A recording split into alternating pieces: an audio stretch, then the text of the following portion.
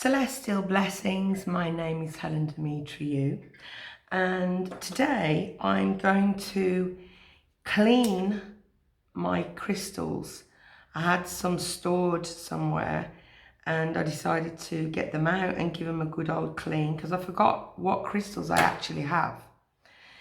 So first thing I'm going to do is I'm going to cleanse the box, if this will go out. I'm going to cleanse the box that I'm going to put them in. So this is the box I'm going to use. Let's just move this out of the way for a moment. And first I'm going to put some, I'm going to put some incense smoke inside. Okay. And then I'm just going to rub it with some patchouli oil. You don't have to do this. I mean, it's good to give it a good clean beforehand, okay? But afterwards, you give it a good old cleanse. And I'm just going to dip it in this water because this water's got some holy water in it. Just a little dip. There we go.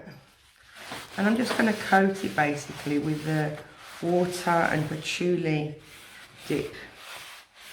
And that's just cleansing it nicely inside. Everything else is cleansed. And then we can put that to the side again. Got no room.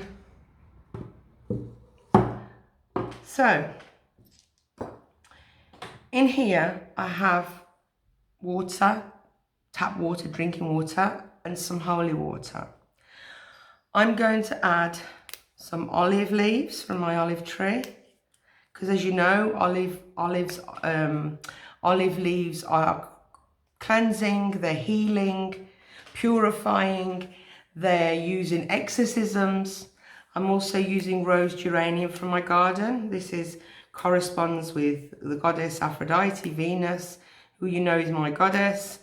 Also love, purity, and mint for cleansing and protection. I'm going to put some salt,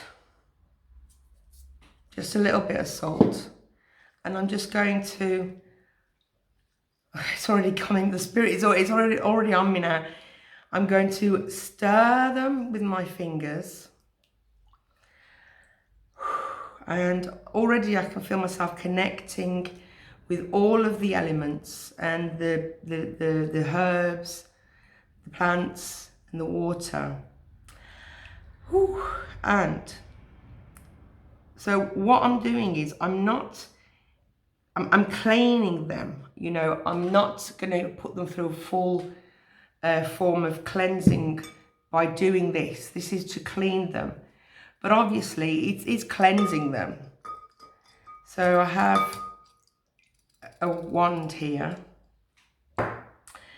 and I have this celestite crystal. Anyway, I don't need to name everything that every crystal that I'm cleaning. Also, again, forgive me for the noise, cats, buildings and cars and trucks, just never ends. It used to be so quiet here, but now it's just horrendous. So, I'm not making a video just to talk about washing my crystals. Oh, I forgot. Now I'm going to have to do it all over again. I'm going to add a bit of holy oil. I'll do it all over again. Never mind. Let's stir again. Give me an excuse to put my hands in the water. Beautiful, beautiful, beautiful. Here we go again.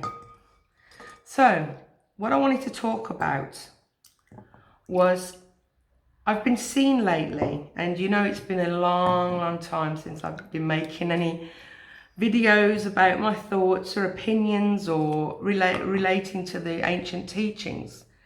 I see people talking about, I identify as a witch.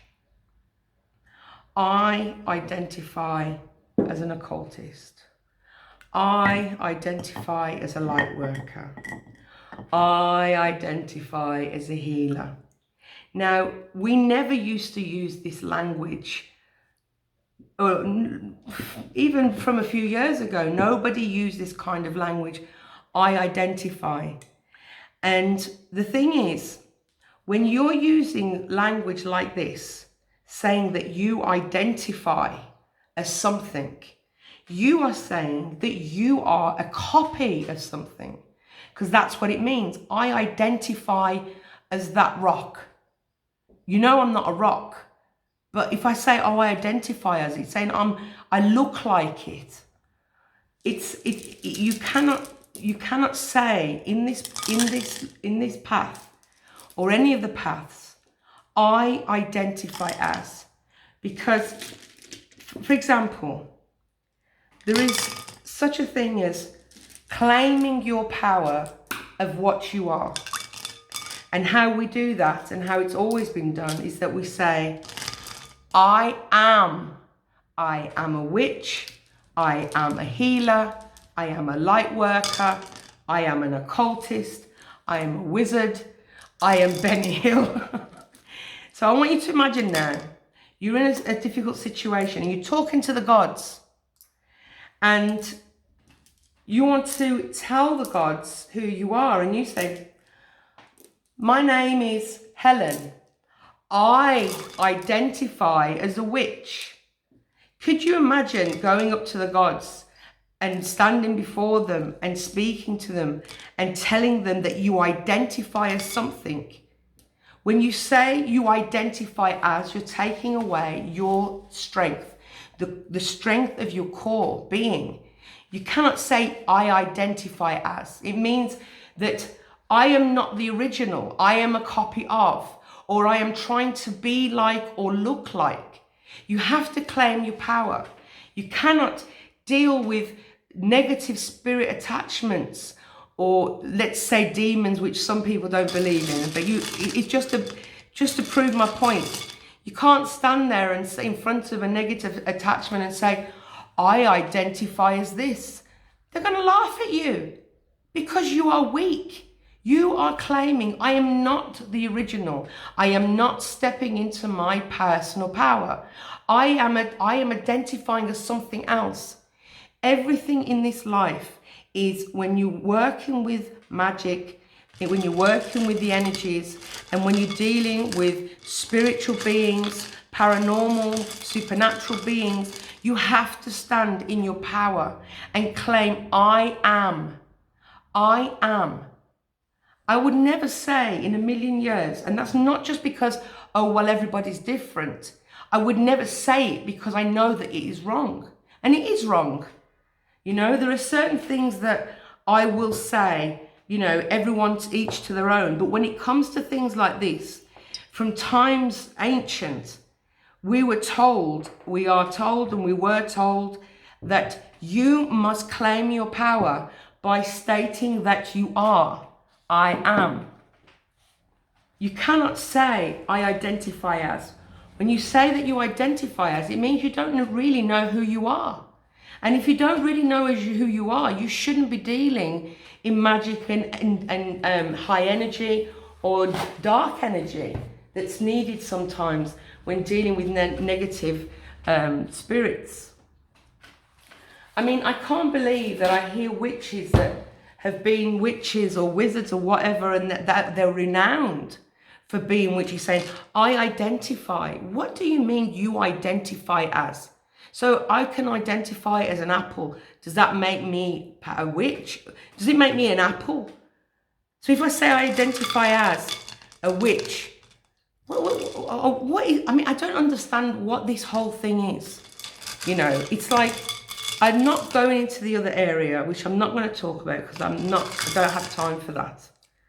I'm talking about the magical path, practitioners of the crafts of the wise. I do not agree because of the things that I have experienced, all of the texts, the ancient esoteric writings that I have learned, all my teachings, my experiences. You do not say you identify as, because you weaken yourself and you're taking away your personal power. You have to stand in your power. You have to stand in the root of your power, in from the core of your being, and say, I am a witch. I am a healer. I am a metaphysical teacher. I am a light worker. I am an occultist. There is nobody in this world but like you. You are unique. You are completely unique to everybody else. So why would you give away your power and which is your uniqueness, and say, well, you know, I'm just, I see myself as a witch, basically. You know, that's, I think that I identify as having power. You've got to claim your power. You have to stand your ground. You have to honor your power and who you are, okay? It's no good turning around and saying, I identify as a fart. You know what I mean? I'm sorry, but, you know, it's getting pretty annoying that it seems that it's like a thing, a trend in society now, where everybody wants to identify as anything but themselves. Because when you say I identify with, you're not identifying with yourself. I mean, I'm sorry if the phone's shaking. This is how it is. Don't have great equipment. When you say that, I mean, you've got to identify as yourself. You've got to say, I am. When you say, oh, you know, I identify with, I'm like that, I'm a this, I'm a copy of that. You are the original. So you have to say, I am. You have to reclaim your power. I can't even imagine how ridiculous it would be that you, for one day in your life, which I hope not, you have to deal with really nasty entities, and you turn around and you cannot even claim your own power by saying that I am this or I am that, instead of saying, if they said, who are you? And you say, well, I identify as a witch. I mean, I know I'm going round and round this because it's just, I can't, the reason I'm going round and round is because I just cannot get my head around how anybody could call themselves a witch, but say that they identify as a witch. You know, you have to claim it. Claim what you are. Are you embarrassed? Are you afraid? Are you insecure? Are you ashamed? What is the problem in saying, I am? I am that. I am that I am. And this, before anyone tries to say to me, oh, this comes from the Bible. No, it comes from a long time before the Bible. A long time before Judaism and that Jews became a nation. It's as far back as ancient Sumer. I am. I am. When Inanna, she's descending into the underworld, and the gatekeeper of the underworld says to her, the different levels, says, who are you? Who comes here? Could you imagine? Well, I identify as a goddess. I identify as Inanna. Could you imagine? I identify as a goddess. She says, I am Inanna, and I am on my way to the east, which is the place of knowledge and learning in the underworld. So now that I've given you that example, can you understand why it is imperative that everybody claims their power and they say, I am this, I am that, not I identify as. You know, as we are gods on this planet because we were created by the gods, it is a bit ridiculous to say that, to not claim our divinity as a strong being, just like it would be ridiculous for the goddess Inanna to say, well, I identify as a goddess. It's ridiculous for her to say, well, I identify as a witch. Have to take back your power, claim your power. If you don't claim your power, that's it. You're opening yourself up and you become weak. And you cannot afford to be weak. Okay, so they've had a good wash. Let's give them a bit of a cover your ears. Wakey, wakey. Right. That's enough nutty energy. Put a bit of smudgeroony. Now, I know that I don't have these setups that, you know, most of them do on YouTube, and they have all these stacks of books, and, you know, it looks beautiful, no problem with that.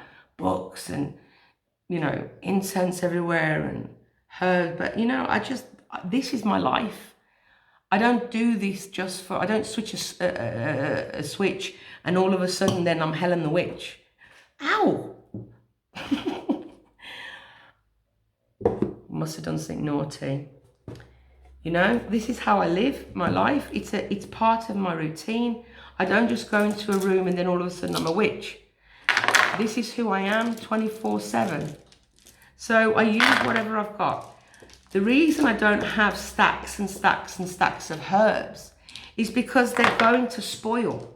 So why would I be buying all these herbs just for them to go rancid and stagnant and nasty? I have a selection of herbs that I cook with, and I have herbs that you can't really use in cooking or whatever, and I keep them all together in a place where the creepy crawlies can't get at them, because we have a big problem with those larder moths and weevils and all those disgusting things. So that's it. You know, if I'm going to do something really big, then I would go out and buy my hair. I would go out and buy the herbs I needed if I didn't have them, or if I couldn't use an alternative. But having all these herbs, you know, they're just going to go stagnant. They're dried, remember, they lose their potency after a while. So it's not really a good idea to just have them there for the look, just for the aesthetic for YouTube or TikTok or Instagram or whatever. I mean, I am on Instagram and TikTok, and I'm on YouTube, but I'm not an Instagram witch. I'm just a witch.